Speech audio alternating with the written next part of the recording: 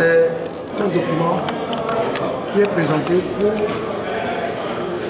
montrer que nous travaillons dans la transparence, dans l'efficacité et dans l'intégrité. Et c'est ça qui va faire en sorte que les projets soient exécutés comme nous le souhaitons. Quels sont les grands projets que vous avez? Il y a les infrastructures, réhabilitation et modernisation des infrastructures, notamment routières, parce qu'il y a l'électricité, etc. Le développement de nouvelles installations sanitaires, la mise en place de programmes environnementaux. La réhabilitation et la modernisation des infrastructures, notamment routières, pour faciliter la mobilité et renforcer la sécurité de nos concitoyens. Le développement de nouvelles installations sanitaires et éducatives. Nous avons réhabilité et construit des CMS, centres médico-sociaux. Nous avons également réhabilité et construit des écoles primaires pour répondre aux besoins croissants de notre population. Mise en place de programmes environnementaux. C'est les 3 points importants. L'électrification, c'est dans la réhabilitation et la modernisation des infrastructures, notamment routières. Ça commence par extension du réseau d'éclairage public. L'idée, c'est de faire un modèle de développement. Il faut travailler. Le développement, ce n'est pas un rêve, c'est du concret, c'est le travail acharné. C'est se mettre au service des populations qui nous ont élus, qui nous ont donné pour mission d'améliorer leurs conditions de vie.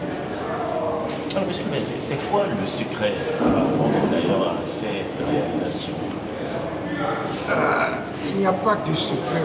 Il n'y a que, comme je viens de le dire, il faut travailler au service des autres, améliorer leurs conditions de vie, dans la transparence, dans l'exécution des marchés, dans la transparence, dans l'efficacité, et puis dans l'intégrité. Il faut que les marchés publics soient exécutés dans l'intégrité. Il faut éviter les problèmes, les marchés qui sont exécutés qui ne sont pas bien exécutés. Est-ce que les ressources financières nécessaires sont disponibles pour tout cela? Il faut utiliser les ressources disponibles, les recettes fiscales, ce que nous donne l'OTR, et puis les recettes non fiscales, les redevances que nous percevons à gauche et à droite. De temps en temps, on lit que vous avez des excédents budgétaires au niveau de cap. Ça revient chaque fois.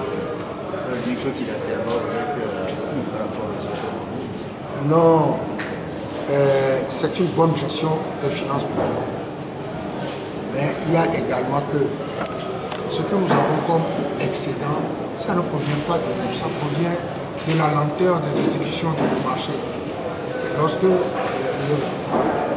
caractère tatillon du contrôle financier fait que les dépenses ne sont pas payées, il nous reste de l'argent. Donc, ce n'est pas des excédents budgétaires comme nous sommes. On n'est pas une entreprise. Oui, on n'est pas là pour faire des profits. Si on a de l'argent, c'est pour les utiliser au profit de nos populations. Ce n'est pas pour les garder pour dire « Ah, nous sommes riches ». À un an de votre mandat, on sent jamais les femmes très satisfaits du travail. Vous voyez ça comme on ne peut pas dire satisfait ou très satisfait. C'est un travail, que je dis, collectif. Les débats au conseil municipal, vous avez les débats sont publics. Vous êtes invités à venir voir. Des fois, c'est assez, je ne dirais pas houleux, mais ce sont des débats. Les gens veulent qu'on fasse ceci, qu'on fasse cela. Et on débat toujours pour finir par trancher. Et on tranche toujours en faveur des populations. Monsieur, mais vous avez déclaré que le Togo fait semblant de décentralisation. Quel est ce rôle que vous jouez dans ce semblant de décentralisation? Ah, mais moi j'essaie de faire de la décentralisation. La preuve, en m'appuyant sur la loi sur la décentralisation, nous avons procédé à l'adressage des maires, qui est de la compétence propre des maires. Alors pourquoi je dis que le Togo fait semblant? C'est parce que le ministre, lui, il a cru pouvoir prendre une note pour annuler. C'est pour ça que je dis qu'il faut semblant. Sinon, si nous faisons des choses qui sont dans nos compétences, il n'a aucun pouvoir. Le ministre n'a aucun pouvoir pour annuler par une note ce qu'une délibération d'un conseil municipal a décidé.